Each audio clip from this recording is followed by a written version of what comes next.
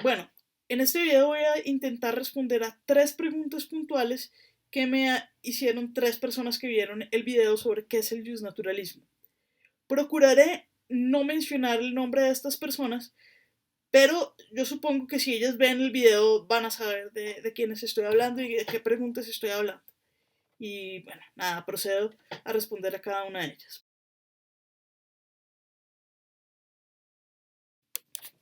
Bueno, la primera pregunta que quiero responder es una que tiene que ver con la relación entre los justnaturalismos o el justnaturalismo y la economía. Y yo supongo que esto va encaminado a qué relación hay entre las teorías que desarrollan el derecho natural y la ciencia económica. Pues sobre esto, haciendo todos los matices que quepan sobre la multiplicidad de variantes del justnaturalismo, hay que decir que casi todas las personas o casi todas las doctrinas importantes que han tocado el derecho natural y más que eso, que se han preguntado por el derecho y por la justicia, se han topado con preguntas económicas. Y esto porque finalmente la economía trata de la acción humana y en este sentido es imposible que no hubiera una intersección. Eh, que, que esto es así, ya lo podemos comprobar verificando autores importantes en la historia del derecho natural, ya en su génesis, por ejemplo, con Aristóteles vemos el desarrollo de temas claramente económicos, vemos el desarrollo de la pregunta por lo que es proporcional o si quieren lo que es justo en las relaciones, en las transacciones entre particulares, en el comercio, cómo se establecen los precios, cuál es el valor de las cosas y cómo se igualan cosas distintas, primero en trueque, después con el dinero, cómo si el dinero tiene o no tiene valor, se desarrolla una teoría de la crematística. Todo esto va a ser desarrollado por los autores que recogen su pensamiento, por ejemplo Santo Tomás de Aquino. En este punto aprovecho para recomendar un libro que se llama El tomismo desdeñado. Acá vamos a ver cómo ya en la teoría de la justicia de Santo Tomás y en algunas otras partes de sus escritos hay un desarrollo interesante de elementos que luego identificaremos con una teoría económica. Y esto es un aporte interesante porque ya se había hablado bastante y muy enfáticamente de los aportes de la escolástica española, de gente que recoge las enseñanzas tomistas, pero los historiadores de la economía no habían puesto suficiente atención en, en las ideas que están en el mismo Santo Tomás. Y esto lo hace magistralmente el profesor García Muñoz, José Alpiniano García Muñoz.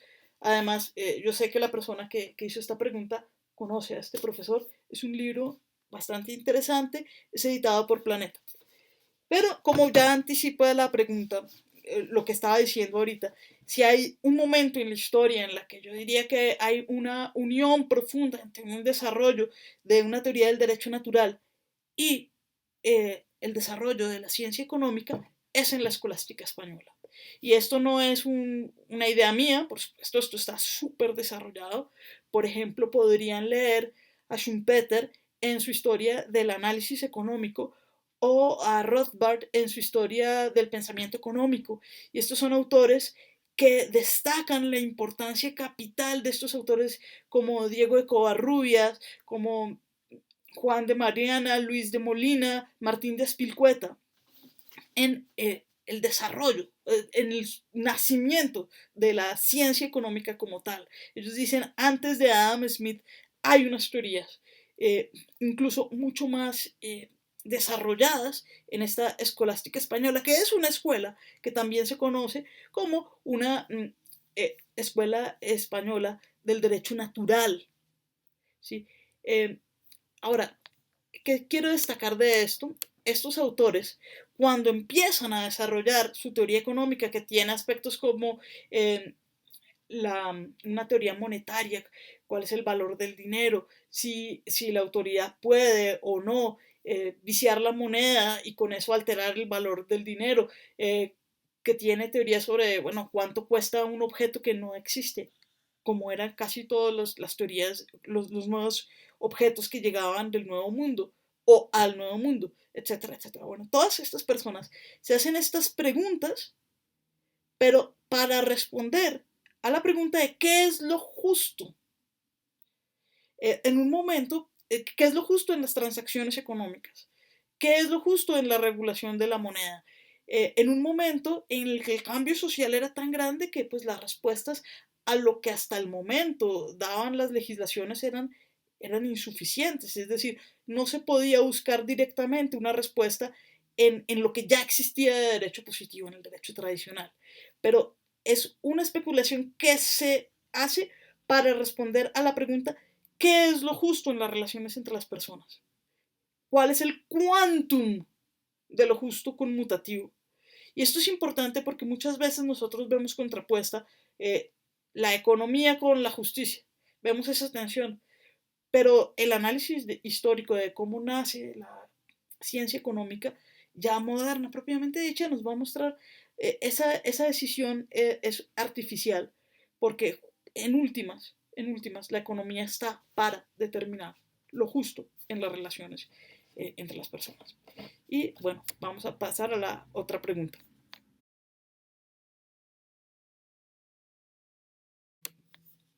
Bueno, la otra pregunta tiene que ver con cuándo colapsa el sistema jurídico o cuándo se corrompe el sistema jurídico. Y esta pregunta me la formuló un amigo y el contexto es el siguiente. En el video pasado habíamos dicho que hay dos modelos del derecho de justnaturalismos. Un modelo en el que el justnaturalismo es fundamento, es límite, pero además es un elemento permanente en el orden jurídico. Y es un justnaturalismo que está operando, es un derecho natural que está operando continuamente, o sea, que aplican jueces, que invocan abogados, esté escrito o no. Bien. Y el otro modelo es un modelo en donde fundamenta y limita. Es decir, pero no opera como elemento real del sistema. Es decir, está en el momento de constitución del derecho positivo y va a aparecer cuando el derecho positivo colapsa. ¿Listo? Porque se corrompió y toca hacer una revolución. O porque pasó algo y ya simplemente no tenemos ordenamiento jurídico y toca reconstruir. ¿Cuáles son estos supuestos? Pues esto es una de esas preguntas en las que son tantas las respuestas y a veces tan diversas y que pues que pareciera uno con ganas de darle razón a Alf Ross. Ya en el video pasado creo que tengo una reflexión sobre por qué no estoy de acuerdo con Alf Ross, pero efectivamente este es uno de los casos en donde más diferencias hay entre los autores y donde es más difícil trazar esto. Ahora, ¿qué respuestas se han dado? ¿Cuáles son las líneas de respuestas fundamentales? Uno, la guerra, especialmente la guerra civil. Y en este caso, más que tener un colapso del sistema jurídico, lo que tenemos es un colapso de la sociedad. Recordemos un autor como Hobbes. Hobbes es tan representativo del justnaturalismo moderno como padre del positivismo, por si alguien está criticándome por llamar justnaturalista a Hobbes. Bien, entonces Hobbes, ¿qué dice? Pues cuando se acaba con la guerra, muere. La guerra civil es la muerte del Leviatán. Y cuando se acabe, o sea, muerto el Leviatán, muerta la sociedad, pues ¿a qué tenemos que retornar? Al estado de naturaleza, a partir de la cual, o con cuyas leyes se podrá volver a hacer, pues reconstruir ese estado. La otra respuesta casi fuerte es la tiranía. Pero decir qué es tiranía y más que decir qué es tiranía, cuando en concreto se está ante una tiranía es bastante difícil, porque no es tan fácil decir tiranía es un mal gobierno, un gobierno no satisfactorio.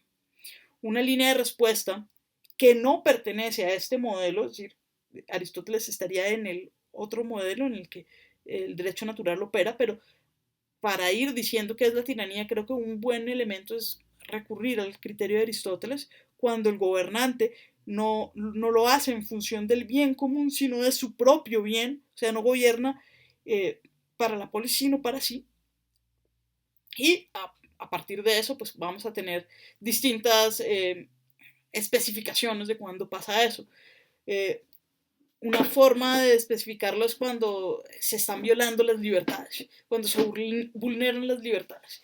El problema es el siguiente, que la libertad, dependiendo de cómo, o sea, es un, tal como lo han formulado los modernos, que son quienes sostienen estas ideas de que el derecho natural aparece como elemento revolucionario ante la corrupción del sistema. Bueno, si tal como se plantea muchas veces la libertad, en principio como algo omnímodo, como una total indeterminación, como una capacidad de hacer cualquier cosa, pues es incompatible con la vida social. Por lo tanto, donde existe en sociedad la libertad, existe con restricciones. Y entender hasta dónde llega la restricción razonable y hasta dónde empieza una vulneración insoportable es realmente difícil. En algunos casos se ha tenido, es interesante que en las ocasiones en las que se ha esbozado esta idea contra las tiranías insoportables, se ha entendido que no es insoportable por ejemplo, formas de esclavitud. Estoy pensando en la Revolución Norteamericana, donde el hecho de que existieran personas que eran tratadas literalmente como animales y vendidas como animales les resultaba tolerables, pero no les resultaba tolerables que los impuestos se decidieran sin su participación. Depende, ¿no? Entonces algunas personas dirán es cuando la gente es tratada como animal, algunas personas dirán cuando no tenemos suficiente representación, otras personas ya en extremos dirán no, simplemente con que existan leyes y existan impuestos y exista Estado. Es difícil y en ese sentido sí podemos decir que esta es la parte más difícil de ese modelo, determinar cuándo. Pero no solo es difícil, también hay que reconocer que no es solamente es difícil en ese modelo determinar cuándo se corrompió el sistema, sino que también dentro del otro modelo, cuando aceptamos casos excepcionales de derechos de rebelión, la determinación de cuándo procede eso es muy difícil. No quiero decir que no existan los supuestos, lo que quiero decir es que se necesita una prudencia enorme para determinar cuál es ese supuesto. Por supuesto, eso no lo puedo decir tan en abstracto, pero sí es un tema difícil.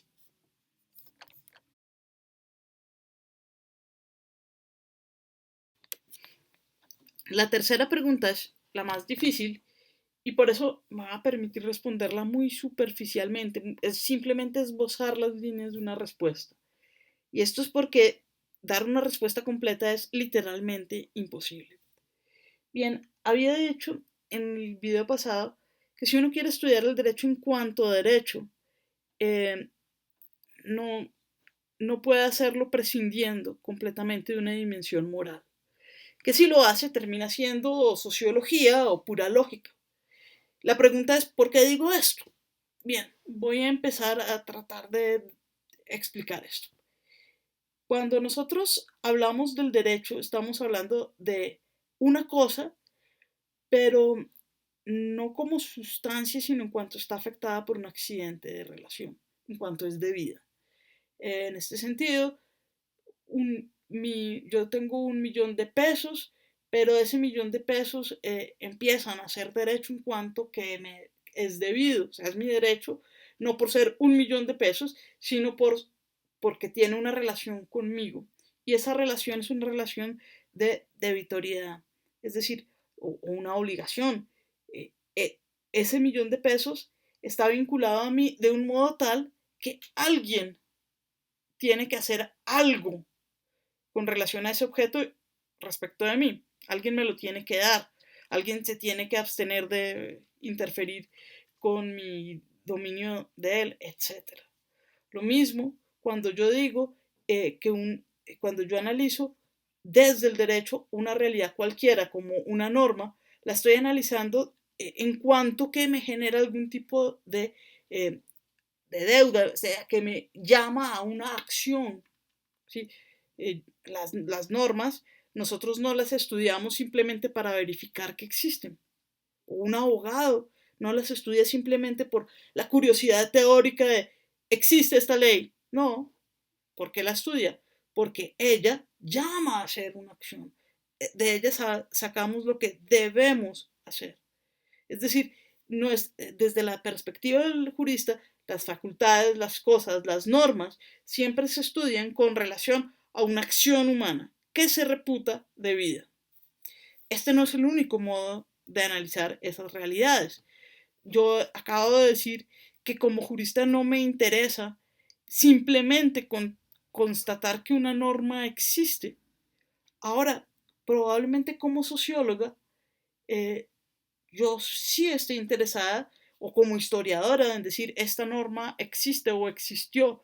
La sociedad tal tiene una costumbre que la lleva a actuar de tal manera. No sé, que en la sociedad tal las mujeres están siempre subordinadas a los hombres. Puede un sociólogo perfectamente decir esta es la regla que existe. Y en principio no tiene que valorarla, no tiene necesariamente que decir es buena, es mala, le basta decir existe esta regla. Lo mismo un historiador del derecho, lo mismo un lógico puede decir esta regla tiene una relación de subordinación con esta otra regla jerárquicamente, se apoya en esta o por el contrario acá hay una contradicción y quedarse ahí. Podría estudiar yo las mismas leyes como simplemente desde un punto de vista lingüístico. Yo puedo coger el Código Civil y analizar la diferencia del lenguaje que se utilizaba a fines del siglo XIX y en Colombia, bueno, en Chile realmente, porque el nuestro es tomado del de Chile, bueno, pero puedo tomar este lenguaje, analizarlo lingüísticamente, compararlo con el lenguaje, que les digo yo, de un texto medieval en castellano o compararlo con un lenguaje actual y el libro que escribiera sobre el lenguaje del Código Civil jamás lo clasificaría en la sección Derecho. Ese libro lo clasificaría en una sección de filología o de lingüística. Pues bien, fíjate, a esto estoy apuntando en que simplemente las mismas realidades jurídicas eh, se pueden estudiar desde distintas perspectivas, pero cuando las estudiamos específicamente como derecho, estamos estudiándolas específicamente en cuanto que están relacionadas con algún tipo de acción, con un tipo de acción justa. Ahora, siempre que yo digo que una cosa debe hacerse cuando me proponen una acción, meto necesariamente esa afirmación tal, esto tiene que hacerse, estoy incursionando en un terreno de lo moralmente relevante. Si yo eh, afirmo esto tiene que hacerse, sobre eso va a recaer un juicio moral. Fíjense que es distinto decir, en la sociedad X, la mujer, la gente acepta que la mujer está subordinada siempre al marido y puede ser que la persona que diga eso esté totalmente en contra de esa regla, pero la persona, el juez de la sociedad X, cuando se enfrente a esa norma, va a tener que tomar una decisión de acción. No sé, le reconozco tal potestad a la señora, no se la reconozco, le reconozco la patria potestad sobre sus hijos o no. Y esa acción proyectada, le reconozco o no, la patria potestad, va a ser objeto de un juicio moral.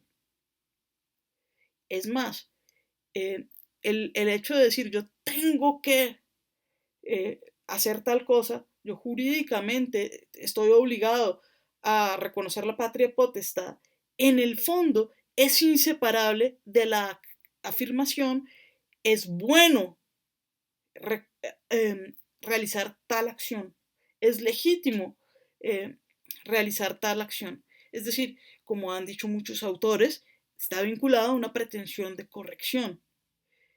Sería casi imposible decir que un juez efectivamente juzgara con base en esa norma, diciendo es malo e ilegítimo hacer eso. Ahora, ustedes me preguntarán, ¿y es que acaso los jueces nunca están en desacuerdo con las normas que aplican? Sí, pero incluso en esos casos, si deciden aplicarlas, habrán hecho un juicio moral en donde dicen, el principio que en este caso concreto, el principio moral que en este caso en concreto entra en conflicto con tal norma, es de menos rango que el principio moral que me obliga a cumplir la ley positiva porque realiza tal o tal o tal valor. No quiero entrar en más detalles sobre esto porque requeriría una explicación mucho más larga. Lo único que quiero dejar claro es que si yo analizo las realidades jurídicas desde la perspectiva del jurista, las estoy analizando desde la perspectiva de una acción humana que se exige. Cuando yo entro a analizar acciones humanas y su pretensión de exigencia, su pretensión de debitoriedad, no puedo desvincularlo de una cierta dimensión moral. Esto no significa necesariamente que el derecho sea la moral, que solo exista un orden, que esté totalmente subsumido en la moral, que los juristas sean moralistas, no necesariamente, pero requiere ya ir a determinar eso requiere un estudio mucho, mucho más a fondo de lo que puedo dar en este momento.